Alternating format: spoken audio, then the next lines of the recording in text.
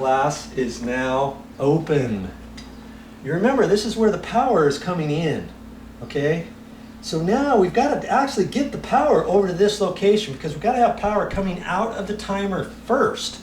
Then from the timer, we got to take another wire from there and run it back over to here and hook up the plug. So when you turn the timer on, then the plug works, okay? So that means, what does that mean?